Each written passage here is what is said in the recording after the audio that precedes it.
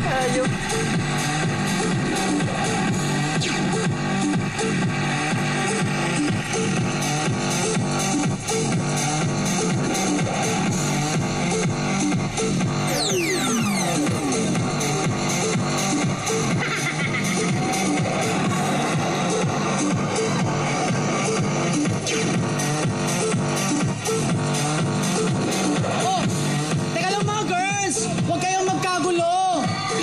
Please lang. Alam ko.